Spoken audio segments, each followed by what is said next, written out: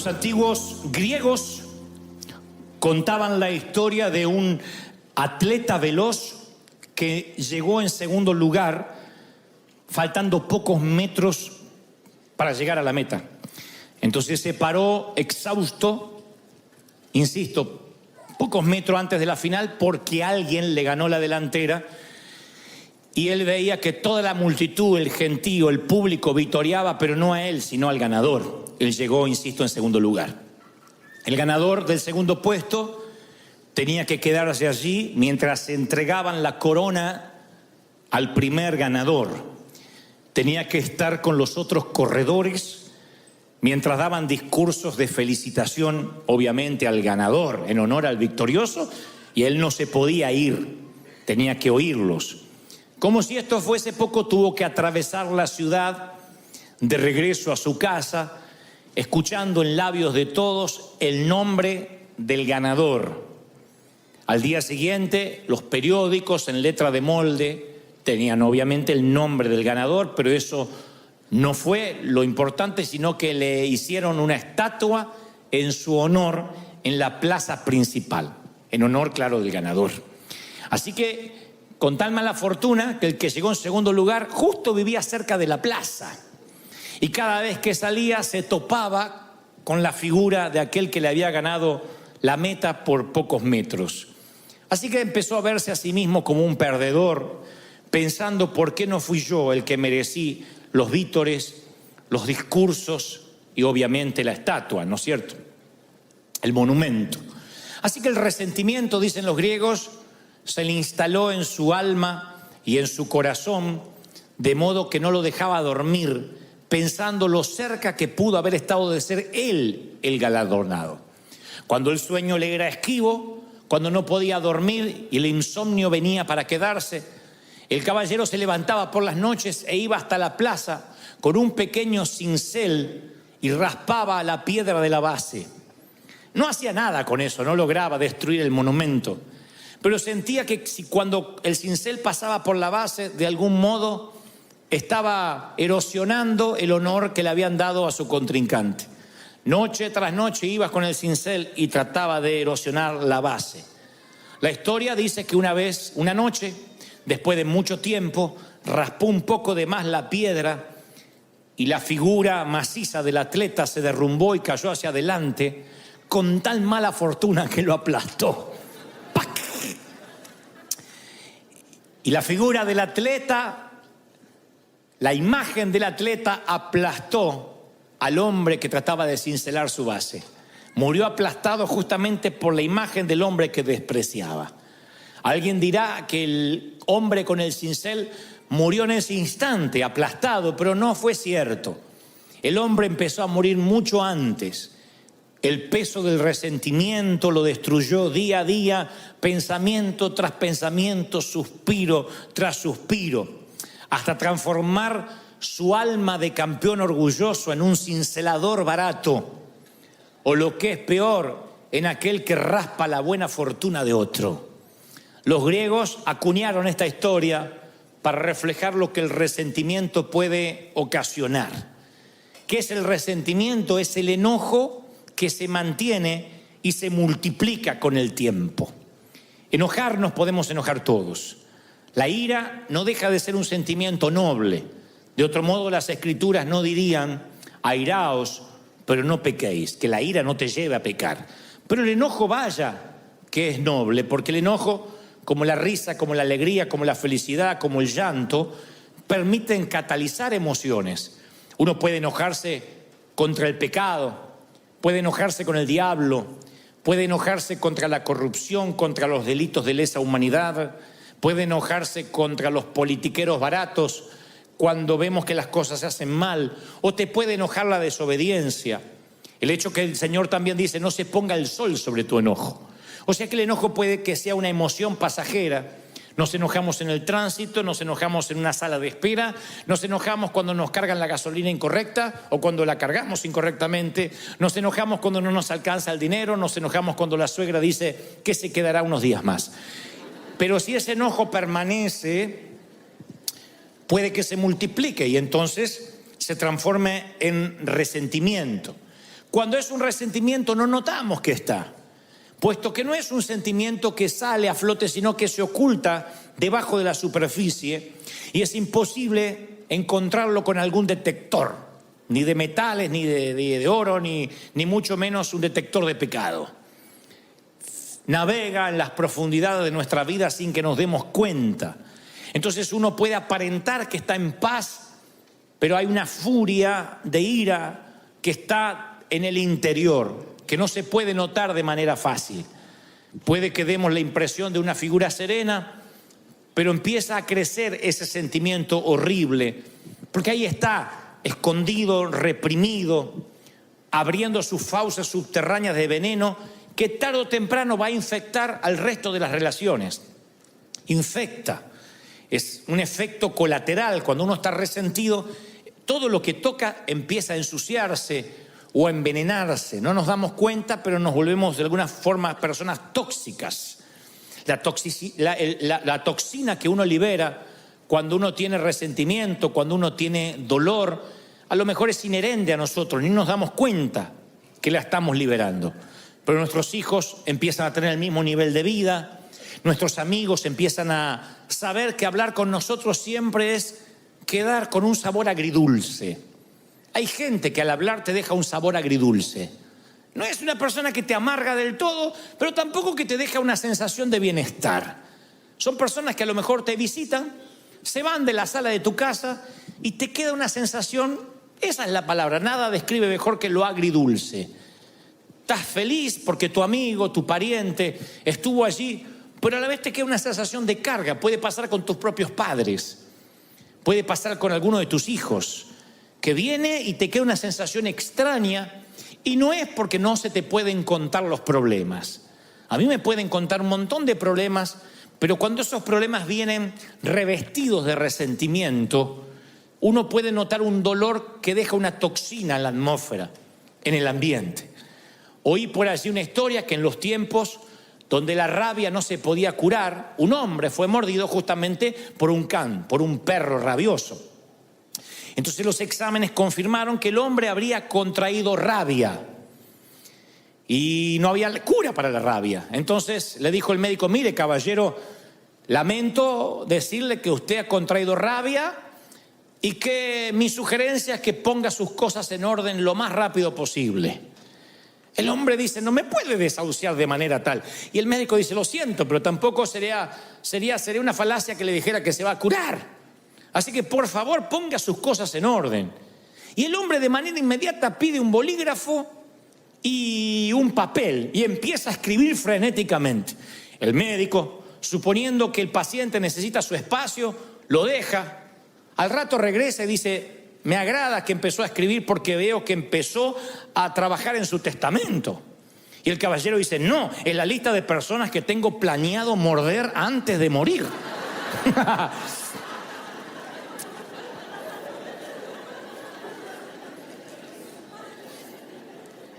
Entonces los resentidos son aquellos que fueron mordidos alguna vez y canalizan su energía mordiendo a otros. Y los transforma en personas permanentemente enojadas. En un enojo que no se va cuando se pone el sol, sino que permanece. Vino como un visitante, luego se quedó como un intruso y hoy es un huésped permanente, el enojo. Son los que se enojan por todo, por cualquier cosa. Por el calor, por el frío, por la montaña, por la nieve, por los autos, si hay tránsito, si no hay tránsito, todo. Porque todo lo que se le viene a su mano para hacer o se le pone enfrente termina siendo la gota que rebasa un vaso que ya viene lleno. Termina siendo el efecto residual de otras situaciones del pasado. Y dicen los médicos, porque yo siempre trato de asesorarme de no predicar algo que nada más tenga un contenido espiritual y que digan: bueno, eso porque tú lo crees. Si bien vivimos por fe y esto se trata de un mensaje espiritual, a mí me gusta cuando además lo espiritual está respaldado por los científicos, porque por un lado o por el otro tienes que terminar creyéndolo. Así que yo me pongo a ver por qué gente vive profundamente enojada y qué significa eso en su físico. Y entonces hablan de que cuando alguien vive con un enojo permanente, graba profundas líneas en sus rostros, que no son las arrugas de un buen vivir, son líneas de ceño fruncido. Cuando te ríes mucho, se te hacen acá, marcas acá como el Joker. Cuando te enojas mucho, se te hacen un montón de líneas acá. Y la trompa te sale como pato, como Lucas, cuando te enojas. Y entonces dicen, las personas que estudian estos comportamientos, el resentimiento hace que los rasgos se endurezcan. ¿Saben lo que son rasgos duros? Endurecer los rasgos no es necesariamente lo que ocurre con el correr del tiempo. Eventualmente todos envejecemos. El tema es cómo uno envejece. Los rasgos blandos son los rasgos que tiene un niño. Cuando uno conserva los rasgos blandos, aunque tenga 50, 60, 80 años, tiene una cara de paz, una cara angelada, una cara donde el resentimiento no hizo un habitáculo. Cuando los rasgos se endurecen, son esas personas que aunque tengan 25 años, tú no sabes por qué. Sí tiene 25, pero aparenta tener 50. Porque sus rasgos se endurecieron, su ceño se frunció. Y eso tiene que ver con la manera en que el cuerpo cataliza el resentimiento, la falta de perdón. Por otra parte, dicen los médicos que la falta de perdón o el resentimiento encorva los hombros, encorva la postura corporal, cambia porque uno lleva un peso espiritual. Ellos le dicen un peso anímico, pero es un peso espiritual. De manera que uno se encorva, en vez de estar paradito derecho, uno tiende a encorvarse. Van a ver que la gente resentida cada vez se hace más chiquita. Cuando yo doy estos síntomas, o los muestro, lo primero que se nos viene a la cabeza es: ¿quién quiere tener un estilo de vida así? ¿Quién quiere vivir encorvado, con los rasgos duros, con el ceño fruncido? Nadie. ¿Quién elegiría vivir ese estilo de vida? Nadie. Sin embargo, el resentimiento entra a veces sin nuestro consentimiento y después nos acostumbramos a vivir con él. Si vas a buscar en la Biblia la palabra resentimiento, no está, no aparece en las concordancias. Es un término relativamente moderno, acuñado hace 2 siglos atrás.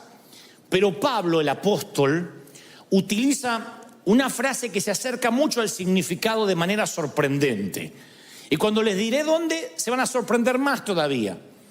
En el capítulo del amor aparece lo más parecido al resentimiento.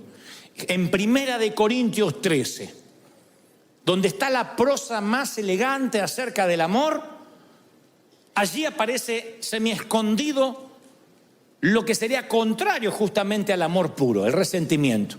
Es aquel versículo 5 donde dice: el amor no hace nada indebido. Claro, esa es la traducción, en este caso al español. El amor no hace nada indebido. Sin embargo, en el original griego, en el hebreo también tiene un significado, pero en griego me gusta más porque se asemeja a lo que realmente es la amargura o el resentimiento. El original dice logizomai, Logizomai, logizomai. Entonces dice, el amor no es logizomai. Y uno diría, ¿qué es eso? ¿Qué no es logizomai? Bueno, es una palabra de los contadores públicos certificados de la época. En el primer siglo, cuando la gente tenía una deuda que no podía pagar y se transformaba en un moroso constante, no iba a collection, ni le llegaban cartas de desalojo. Había contadores que anotaban su deuda en lo que se llamaba un libro mayor de contaduría. Y esa deuda era escrita en tinta, con una pluma. O sea que no se podía borrar, quedaba parte de tu background. Vivías como moroso o como un mal pagador el resto de tu vida. Algo así como el background que podemos tener nosotros ante la ley. Alguien que comete un ilícito o un acto delictivo, inmediatamente eso forma parte de su hoja de vida. Y aún así pagues tu sentencia, pagues tu deuda con la sociedad, cuando salgas de la cárcel, aun cuando cumpliste, insisto, tu condena, cruzas una luz en rojo, inmediatamente el policía coloca tu placa o tu nombre en su computadora y le aparece que estuviste en la cárcel y por qué razón. Eso se llama tus antecedentes penales. En el primer siglo no había un sistema computarizado de antecedentes penales, pero había un libro mayor de los contadores que era justamente lo que el apóstol dice, el logizomai. Y Pablo dice, en el verdadero amor no hay libros contables, no hay contaduría, nadie te lleva la contabilidad de tus metidas de pata. El verdadero amor no publica tabla de posiciones, quién salió primero y quién salió segundo. El verdadero amor no hace lista de a quienes tienes que morder. El verdadero amor, y esto le da título al mensaje, se acuerda de olvidar. El verdadero amor te dice, acuérdate de olvidar. No lleves libros contables de lo que te hicieron, cómo te hicieron, cuándo te lo hicieron. Porque el verdadero amor no lleva contabilidad. Eso es cuando se traduce en el verdadero amor, no hace nada indebido. Dios se olvidó y se olvidó de que se olvidó. Y te dice, acuérdate de olvidar. David, el hombre conforme al corazón de Dios, que en los asuntos del corazón era ¿qué puedo decir? El Pablo Cortázar de la época. Era Gabriel García Márquez. Con el mayor respeto que me merece David, no lo estoy comparando con estos autores, pero digo, el escritor del amor por excelencia. Sus salmos podrían componer millones de canciones hasta la fecha. Y este campeón del amor y este hombre conforme al corazón de Dios está en el lecho de muerte, David, y hace entrar a su hijo Salomón al cuarto y le da un consejo final. ¿Qué creen que le dice? ¿Cómo batallar? ¿Cómo pelear sus batallas? ¿Cómo luchar contra el orgullo? ¿Cómo no pecar? No creerán cuál es el consejo que le da en el último aliento a Salomón. Primera de Reyes 2:5 nos deja un registro de esas patéticas palabras. Y perdonen que les estoy bajando de la cúspide a David, pero David, así como era el tremendo hombre del Señor, también tenía un montón de fallas, y entre ellas esta.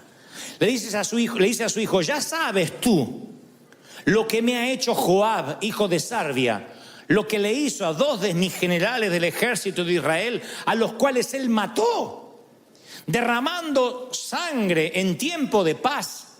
Así que tú, Salomón, harás conforme a tu sabiduría, pero no dejes descender las canas de este hombre al Seol en paz. El hombre más grande de su época se está preparando para ir al encuentro con su Dios. ¿Y qué sabiduría imparte un viejo rencor de años que no se lo quiere llevar a la tumba y le quiere pasar el libro mayor de un rey y la perpetuación generacional de una falla de carácter se la pasa a su hijo, a su sangre? Le dice, no permitas que Joab muera de muerte natural. Yo me estoy yendo, pero hazme el favor de que pague con su vida por el dolor que me causó en vida. Impresionante, ¿no? Ese es el lado de David que no quisiéramos hablar ni enfrentar, pero es el lado que tampoco nosotros quisiéramos enfrentar. Porque cuando uno está resentido, sin querer, transmite esa atmósfera de resentimiento a los hijos y a los nietos, y si Dios lo permite, a los bisnietos. Los hijos son los mudos testigos que nos ven cómo hablamos con resentimiento, ya no solo de hombres de Dios, cómo hablamos de resentimiento de nuestros padres, de cómo me criaron, la forma que ya no lo contamos como una experiencia didáctica, sino con dolor. Y ellos heredan. Recuérdense que más que heredan, son impartidos por esa maldición. Recuerden que la herencia es lo que uno le deja a alguien, pero la impartición es lo que uno deja en alguien. Y esa impartición que le damos a los hijos a diario puede ser bendición o maldición. Cuando estén ante una disyuntiva de la vida, nuestros hijos van a decir, ¿cómo hacía el viejo en mi lugar? ¿Qué hacía mamá ante una situación igual? Y si mamá reaccionaba llena de dolor, de resentimiento, esa hija va a ser otra resentida. Va a tratar al esposo como vio que la madre trataba a su padre. El hijo va a tratar a su mujer como vio que su padre trataba a su madre y viceversa. Es una cosa que empieza a repetirse de generación en generación. Es el poder del entorno. Yo puedo reprender maldiciones generacionales, Y decir, se corta aquí aquello de que si los padres comieron las uvas agrias, los hijos no heredarán la dentera. Lo creo. Yo no creo que porque tuviste un abuelo borracho o un papá divorciado vas a seguir el patrón generacional, vas a tomar la posta generacional. Yo creo que no. Dios hace todas las cosas nuevas, pero no puedo cambiar el poder del entorno. El entorno es lo que se respira en tu familia, lo que se habla. Si en tu casa, por mucho, no creo que porque tu abuelo era alcohólico vas a ser alcohólico y tus hijos lo van a hacer. Pero si en tu casa cualquier festejo amerita tomarse un tequila, y si estás triste te tomas un tequila, y si estás alegre te tomas un tequila, y para que la Santa Cena no te caiga mal te tomas un tequila, y si pierdes las Chivas te tomas un tequila, y si gana la América te ganas un tequila, se respira un ambiente de alcohol. Un entorno donde para celebrar o para echar fuera las penas no está Dios, está el alcohol. Yo no puedo ir contra, no hay anacondia que te libere del poder del entorno. El resentimiento es igual. Cuando en las mesas familiares se empieza a hablar de todo mundo, cuando los hijos aprenden que después del servicio la comida es para hablar de todo lo que estuvo mal y qué hizo el ujier y por qué lo hizo el otro y por qué la otra se cortó el pelo y fíjate la que se puso y aquella que está fajada y la otra que se piensa que aquella gorda que le creció el trasero. Cuando todo eso lo hablas en la mesa, ese entorno genera críticos, genera gente que detesta la hipocresía, pero también detesta la iglesia. Lo generas. Es lo que David explícitamente hace con Salomón. Véngame, quiero que vayas y le hagas tener una muerte indigna a Joab, porque yo me quiero ir tranquilo de que me vas a pagar, no me dan la fuerza para continuar con el resentimiento, así que te lo voy a heredar, te lo voy a impartir. Y el resentimiento es una criatura horrible, deformada, distorsiona la realidad, nos mantiene encadenados al pasado, junta un montón de ayeres y te perderás un montón de mañanas. ¿Quién quiere estar encadenado al pasado? Y yo soy muy cuidadoso cuando hablo de resentimiento y de perdón, porque estuve mucho de ese lado y escuché a muchos predicadores decir, tienes que perdonar, perdona si tienes el corazón del Señor. Y a veces las historias son tan retorcidas, a veces lo que le ha pasado a la gente es tan doloroso que hasta gritar desde aquí, perdona y se acabó, suena una subestimación a lo que te pasó. Como diciendo, ¿qué importa que te violaron sistemáticamente desde los 9 hasta los 15 años? Con el beneplácito de tu mamá que sabiendo no hacía nada. Bueno, es un detallito. Claro, la que le pasa dice, usted no sabe lo que está hablando. Como se ve que nunca le pasó, nunca le abusaron a un hijo mínimamente. Entonces yo respeto el dolor. Yo entiendo que lo que te pudo haber pasado es una cosa espantosa que no quieres recordar. Ahora, justamente por eso, ¿mereces anclar tu vida a esos años oscuros? ¿Quién se merece eso? ¿Mereces que tu vida sea un parteaguas desde lo que te pasó en adelante y que a partir de ahí nunca más vuelvas a ser feliz? Por mucho que odies a ese abusador, a ese ex esposo, a ese ex jefe, a los padres que te abandonaron, al padrastro, por mucho que tengas resentimiento, ¿mereces vivir anclado en el pasado? Nadie lo merece. Ni tú ni yo nos merecemos eso. Porque tarde o temprano, ojalá la amargura quedara en nosotros, pero tarde o temprano la empezamos a impartir sin darnos cuenta. La amargura y el resentimiento se describen a través de muchas palabras ilustrativas, pero la más perdurable es la que encontramos en Hebreos 12:15.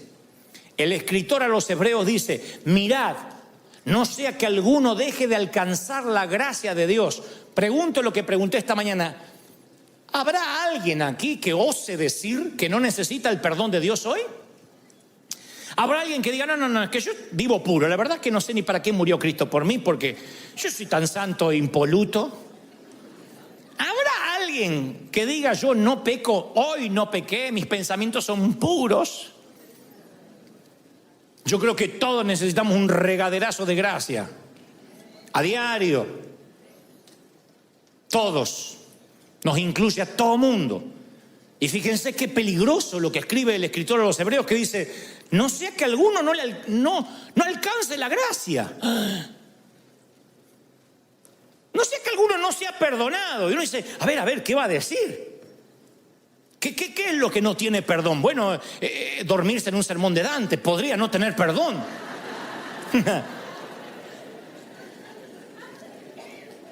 No, dice que brotando alguna raíz de amargura los estorbe y sean muchos contaminados.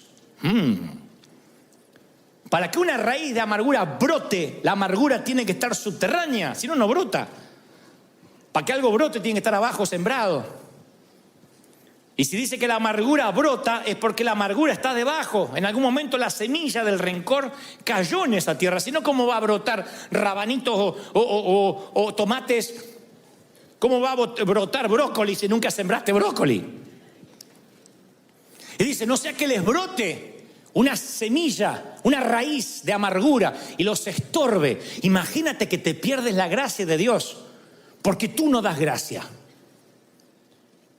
Me hiela la sangre pensar que porque yo no puedo perdonar, Dios tampoco me perdone a mí. Y el Señor, por si a alguien le queda duda, dice, sí, con la misma vara que medís, serás medido.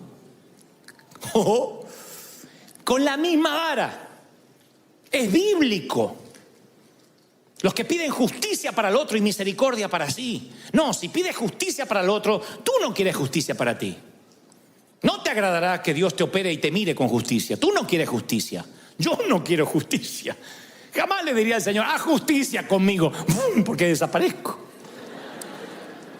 Yo necesito misericordia. Y Dios dice, ok, dala. Lo que siembras cosechas. Da gracia, recibes gracia. Y dice el escritor de los Hebreos, te va a estorbar y van a ser muchos contaminados. Sí. El resentimiento contra tu ex cónyuge va a empañar tus relaciones, se va a extender a tus hijos y lo peor, como esto asfixia todo lo que toca, va a arruinar tu relación con Dios. ¿Qué vale? ¿Qué amargura vale la relación con Dios? Que sientas un cielo de bronce, que Dios no te oiga porque tú no puedes perdonar. E insisto, no subestimo tu dolor. Yo te entiendo. Ahí cada uno de acá tiene una historia triste para contar. Cada uno podría hacernos llorar si le diéramos un micrófono y 10, 15 minutos para que nos cuente la peor versión, la noche más oscura de su alma.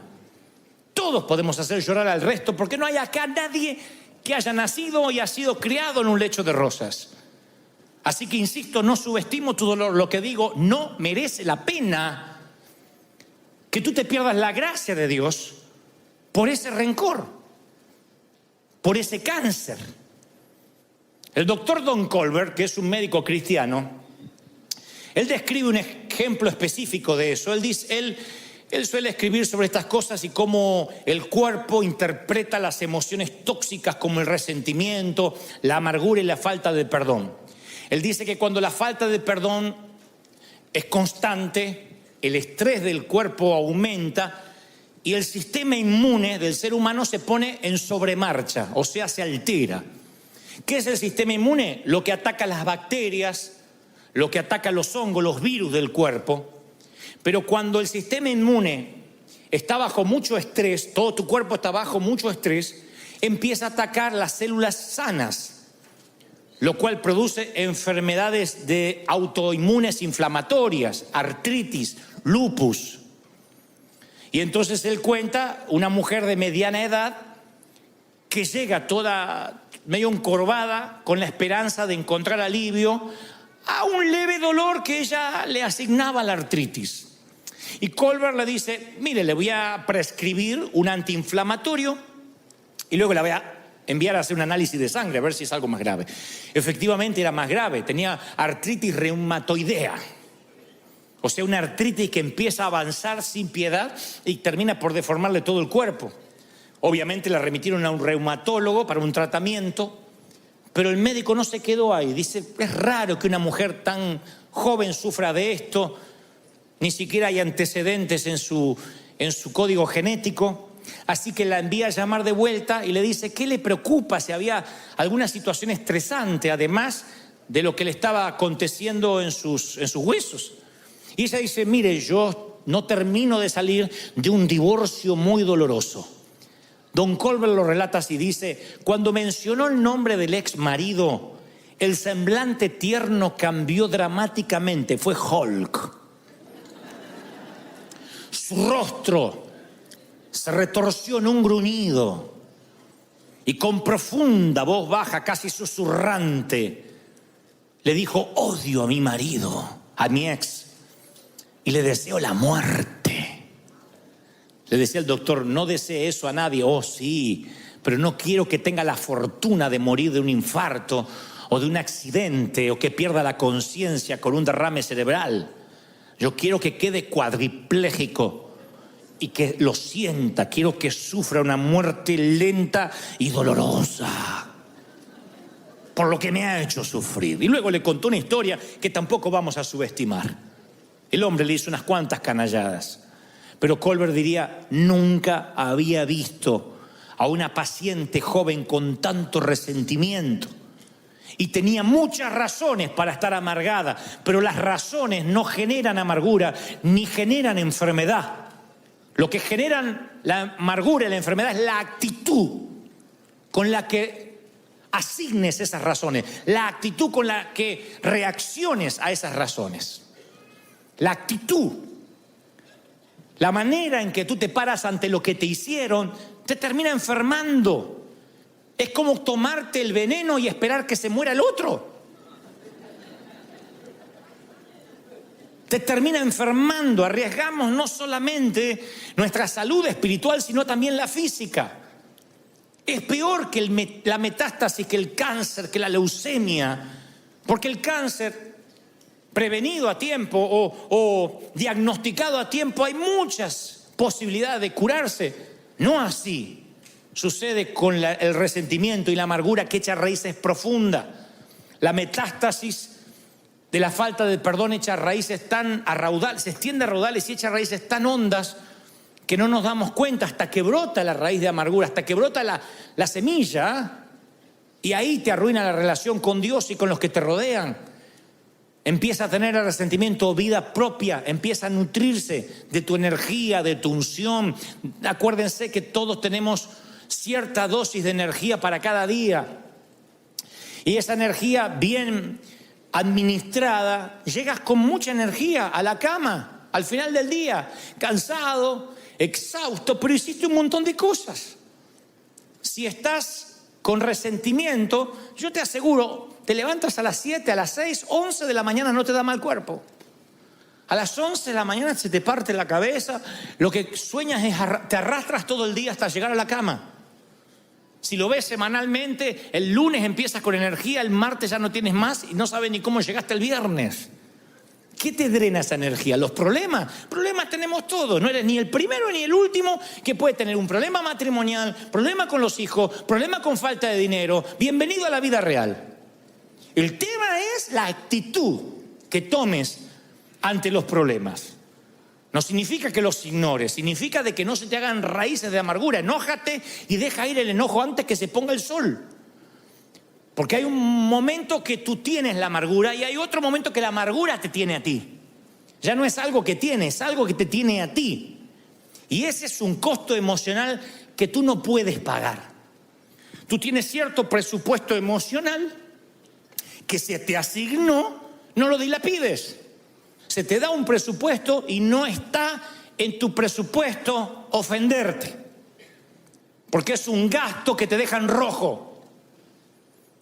No gastes en ofenderte, porque te roba lo mejor que tiene. No está en tu presupuesto emocional el poder ofenderte. Y tú dices, bueno, ¿y cómo hago para extirpar esto? Bueno, yo te voy a dar la solución, por lo menos lo que el Señor me decía ayer cuando me mostraba que los iba a traer y que tenía que darles este mensaje. Número 1, quiero que pienses, porque yo lo he hecho muchas veces, ¿por qué guardamos resentimiento? Los médicos creen que el resentimiento le da a las personas un sentido de superioridad sobre aquellos a quienes odian. Porque seguir pensando en el error que el otro te hizo te hace sentir un poco superior. Como decía el Señor de aquel que oraba y se golpeaba el pecho y decía: Señor, qué bueno que no soy como estos. Te da un espíritu de superioridad, ridícula, mentirosa, pero es un espíritu de superioridad. Es una manera insana de ubicarse un poco más alto en la jerarquía de la cadena alimenticia humana. Bueno, sí, está bien, me hizo eso malo, pero yo soy bueno. Yo soy bueno, no le guardo rencor. Y no sale de la boca. El resentimiento te ubica en el asiento del juez y te da un martillo. Y produce un placer neurótico y un orgullo espiritual. Te cuento lo que me hizo. Siéntate, te voy a contar desde el principio. Cuando te cuente lo vas a querer matar igual que yo. O sea, lo pones en papel de acusado y tú te pones en papel de víctima. En muchacho o muchacha de la película. Entonces yo siempre invito a pensar, a ver, ¿por qué le tienes resentimiento? Y generalmente las personas con estima dañada son las más propensas a resentirse. Porque entonces equilibran su baja estima odiando a alguien. Se ponen en papel de bueno. Para que haya un Spider-Man tiene que haber un... ¿Cómo se llama el otro? Un duende verde. Para que haya un Batman tiene que haber un Joker. Entonces necesitamos un némesis. Necesitamos un enemigo en alguna parte para decir, bueno, yo soy mejor. Yo soy más bueno. Si no, pasamos a ser nosotros los villanos. Dios nos libre. Siempre estamos buscando a alguien que sea más odioso que nosotros. Entonces nos ubica en una postura, en una jerarquía superior. Así que yo siempre le invito a las personas con resentimiento, vamos a pensar. Y luego le digo, escríbelo, porque a veces lo he hecho. Uno de los mejores dones que Dios nos ha dado es el talento de operar una lapicera sobre el papel. Entonces yo le digo, a ver, escribe lo que te hizo. Usted dice, no, es que yo sé lo que me hizo, no necesito escribirlo. Pero yo le digo, escríbelo, porque es increíble cuando uno lo escribe, como cuando uno quiere poner esos sentimientos ante la vista, uno se sorprende, no sabe qué poner. Cuando uno los tiene que escribir. Hay familias que están peleadas por años y ya no se acuerdan por qué. Porque los antagonistas, los que se pelearon, están muertos. Resulta que la abuela Ana, la abuela materna, se peleó con los de la otra esquina y las dos familias se odian como los Montesco y los Capuleto de la obra de Shakespeare y no saben por qué. No, es que una vez la abuela le fue a pedir un poco de aceite y el condenado no le prestó y hasta los nietos se odian por un poco de aceite. A veces familias enteras están disasociadas completamente por problemas que viajan, navegan en los canales subterráneos de la sangre, impartidos, y no sabemos por qué. Cuando uno le dice a esos hijos, anótalo en un papel, les parece una ridiculez cuando exterioriza los sentimientos y se da cuenta que no vale en absoluto la energía emocional que están gastando. Cuando uno los escribe son sentimientos vagos, amorfos, que dices, bueno, a ver, es que, porque hay cosas graves, un abuso, una violación, una infidelidad, pero después hay lo que yo llamo sensaciones. Yo decía en el servicio anterior que en esta iglesia los líderes, los pastores, a la hora de aconsejar siempre decimos, no me hables de sensaciones. Yo estoy harto, me crié en una iglesia donde todo era sensaciones. Pedían una entrevista pastoral, es que siento que no me aman. Siento que cuando entro dejan de hablar lo que están hablando, así que siento como que hablan de mí. Entonces uno dice, bueno, a ver, ¿tienes pruebas? Bueno, no, pruebas como pruebas no, pero siento. A veces viene gente y dice, yo siento que tal matrimonio está mal. Lo siento cuando los veo, lo siento y lo siento. ¿Y qué estuviste en la habitación? ¿Te contaron? No, pero siento. El otro día vi detalles, cosas que siento y me preocupan. Imagínense si la iglesia multitudinaria se manejara por sensaciones. Entonces yo suelo decir, a ver, si tuvieras que llevar esto ante un juez, que te dice, a ver, acá tenemos 15 minutos para tratar su caso. No me venga con sensaciones, véngame con pruebas, con testigos. ¿Qué pasó? Ah, bueno, no, pero yo vi que movía los labios y parecía que dijo mi nombre. Sensaciones. La mayoría de los resentimientos vienen por sensaciones. Por cosas que no tienen asidero. Entonces cuando uno las escribe se da cuenta, no tengo pruebas, me estoy preocupando sin asidero, sin tener de qué. Es como el niño que está asustado en la oscuridad en la película Monster Inc., la primera, donde el niño ve la manga de un saco, de una chaqueta y cree que es un monstruo. Cuando enciende la luz el padre se da cuenta que es una chaqueta. Y lo mismo pasa cuando traes tu amargura de la oscuridad hacia la luz. A ver, ¿por qué estoy amargado? Te das cuenta que son tonterías, son sensaciones.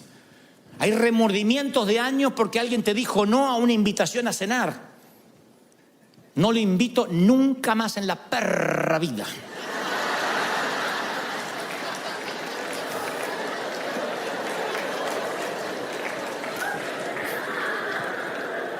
En la perra vida, no a la perra, no. En la perra vida. No le invito más. ¡Se acabó! Me cerré. Y cuando yo me cierro. Y por ahí el otro no tenía ganas de ir a comer. Y se arman unos problemas. Unos resentimientos.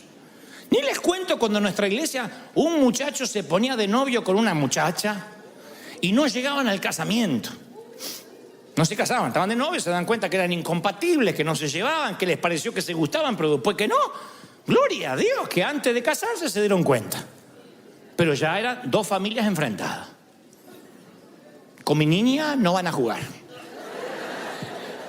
Y ya se iba una familia dividida y la otra no. Si van ellos, yo no voy. Si el pastor no los echa, nosotros no nos congregamos más. Esas sensaciones, ridiculeces, que hoy uno en perspectiva dice, ¿de verdad? ¿De verdad?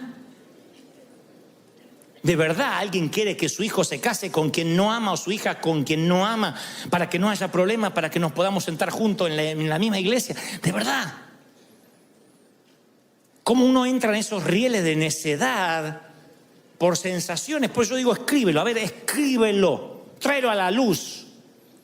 ¿Por qué detesta? ¿Qué te dijo? Hay personas que detestan a hombre de Dios porque vio un videíto de YouTube. No, yo vi el video y... Lo conoces personalmente, te tomaste un café, pesaste su corazón, su espíritu. ¿Quién resiste el análisis de un video si una cámara te siguiera las 24 horas? Y editaran video de lo que dices. Y hay gente que odia con un odio visceral a personas porque vio un videíto y leí un estudio bíblico que hicieron en contra del fulano. Es increíble. Porque nada merece tu odio ni tu resentimiento si mínimamente no tuviste una confrontación seria, algo que está irremediablemente roto, que no se puede resolver, que no hay posibilidad de perdón. Por eso digo, piénsalo, luego escríbelo. El tercer consejo, no tengo base bíblica para esto, pero es terapéutico, resulta, porque yo creo que no hay solución psicológica a los problemas espirituales. Pero eso siempre digo, cuando un día estás muy enojado por algo, nada mejor para las emociones fuerte, para quitar el filo del enojo reciente, nada mejor que una válvula de escape como el caminar. ¿Ustedes dirán caminar? Sí. Salir de tu entorno. Cuando estás viendo que hay resentimiento, que se está gestando, sal a caminar. Si tienes cuentas con recursos, vete a pasear más lejos. Si tienes un automóvil, sube al auto y vete a dar vueltas sin sentido. Ustedes dirán, ¿de dónde sacaste eso? Abraham está metido en la tienda diciendo, no puedo tener hijo, estoy mal, estoy deprimido. Y Dios le dice, sal de la tienda, fuera. ¿Por qué Dios no le habla dentro de la tienda? Sal de la tienda y cuenta las estrellas, si las puedes contar. Bueno, así, cabezón, serán tus hijos. Pero Abraham está en la lona, ve lona arriba, ve lona acá, está en la lona, está nocao y no ve nada. Dios le dice a Elías, vamos, vístete, cíñete, sal de la cueva, que largo camino te resta. Mi consejo cuando hay resentimiento, no te quedes hecho un ovillito tirado en el sillón mirando La Casa de Papel, porque no te resuelve nada. No resuelve eso las cosas. Cuando ves que hay un sentimiento que está creciendo, tienes que salir, despejar la mente. Háblame, Señor. Cantar, mirar los árboles, no sé, parece una bobería, pero es algo que el Señor le pedía a sus profetas. Muévete, sal, quiero hablar contigo. Corre, transpira esas emociones. Que vaya saliendo el rencor así mientras caminas. Después de 20 minutos quemas grasa, después de media hora quemas rencor.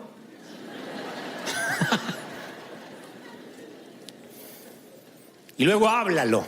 No importa qué tesis hayas escrito, cuántas hojas te llevó a escribir el rencor, el Señor no se duerme, el Señor no se aburre. Ve y háblalo con el Señor. Si estás furioso, si tienes remordimiento, cualquier emoción, tráele a Dios. De igual modo, es imposible escondérselas ante Él. ¿De dónde sacamos esa tontería que hay que higienizarse antes de presentarse ante el Señor? ¿De dónde sacamos la bobería que no me puedo presentar al Señor sin antes pedirle perdón? Ve y dile, así soy. Soy el hijo pródigo y vengo y huelo a marrano, huelo a puerco. Si vienes del chiquero, ¿a qué vas a oler? ¿A perfume francés? Señor, aquí estoy, oliendo a puerco. Recuerden que el abrazo que el padre le da al hijo pródigo se lo da cuando todavía huele a puerco, después lo manda a bañar. No dijo, primero te bañas, no te acercas a... No le dijo eso, le dio un abrazo con olor a puerco y después lo mandó a bañar. El Señor te va a limpiar, pero te va a dar un abrazo como estés. Entonces ve ante Él y dile, Señor, aquí estoy oliendo a chiquero, a estiércol de resentimiento. ¿Me ayudas o me ayudas? Porque soy tu hijo y tú me dijiste que vas a ser fiel y me vas a ayudar. ¿Lo crees? 2 misioneros atravesaban las junglas de Birmania. Un misionero nativo y uno que era novato. Y de pronto se meten en un lago hasta el cuello, un lago muy sucio. Y cuando salen del otro lado, uno de ellos, el novato, estaba repleto de sanguijuelas. Esos gusanos que se pegan y se meten en la piel. Tenía todo el torso, los brazos, las piernas, y se las empezó a arrancar. Y le dice el misionero, no. Si usted se las arranca repentinamente, parte del gusano, del insecto, va a quedar allí y se le va a infectar.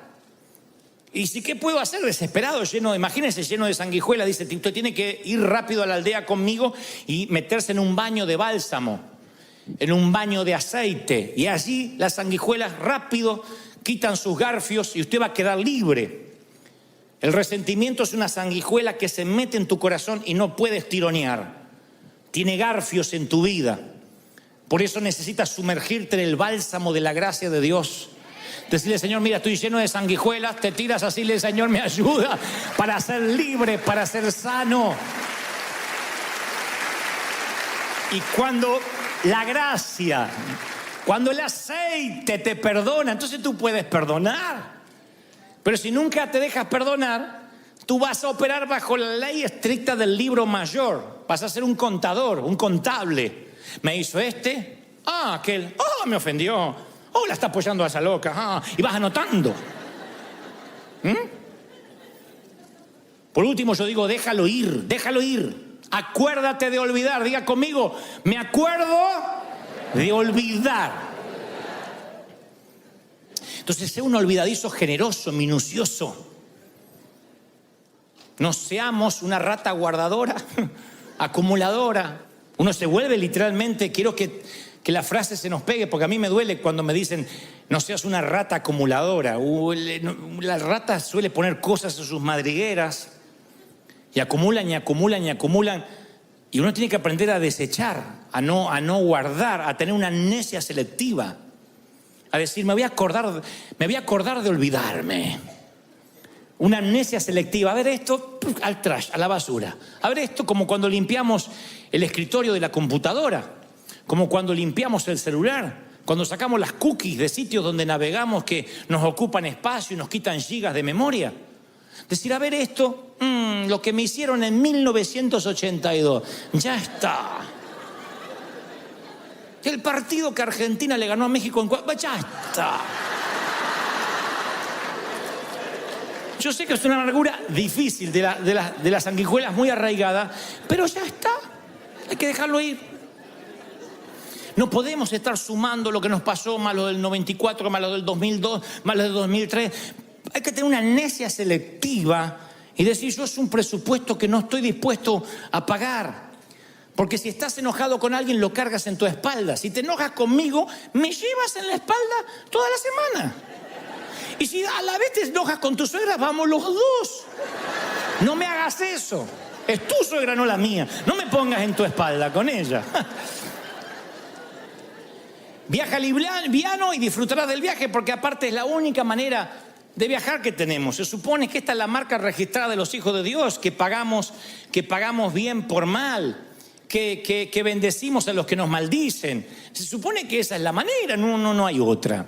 Miren, yo les voy a regalar esta historia. Antes de culminar, se la regalé en el primer servicio también a los que estuvieron temprano. La palabra dice que el verdadero amor echa fuera el temor, pero también echa fuera muchas otras cosas. Entre las cosas que echa es el resentimiento, lo echa fuera. Pero yo alguna vez oí una historia en que el amor y el resentimiento compartieron un cuarto, en una sala de hospital. En la sala de hospital había dos caballeros enfermos, uno de los riñones y otro de los pulmones. Debido a la condición de ambos, no podían tener un televisor, puesto que habían prescripto paz absoluta para la pronta recuperación de los dos. Entonces, en la habitación había una cama de un caballero que daba a la puerta interna del hospital y otra cama que daba al ventanal, a una ventana. Ambos estaban postrados. Uno de ellos, quien sufría de los pulmones, se daba el lujo, promediando 1 o 2 de la tarde, de sentarse en la cama, erguirse un poco y mirar por el ventanal. ¿Qué ves?, le decía quien estaba al lado de la puerta. Y el que estaba al lado del ventanal le empezaba a contar cosas como, bueno, son las 2 de la tarde y veo a la pareja de siempre que llegan al banco de la plaza. No me digas que esto da a una plaza. Oh, sí, una plaza maravillosa donde hay una banca que se presta para los enamorados y enfrente un lago con cisnes. No sabía que había cisnes por esta zona. No los hay. Pero cuando hay un lago tan acogedor, los cisnes hacen un sitio permanente para ellos. Y patos. ¿Qué más? Deberías ver los niños que llegan promediando las 3:15 de la tarde cuando salen de su colegio y empiezan a corretear. Y también las vecinas que cuentan los chismes del día. Algunas señoras son muy bonitas, por cierto. Y cuéntame más. Y cada día, quien miraba a la ventana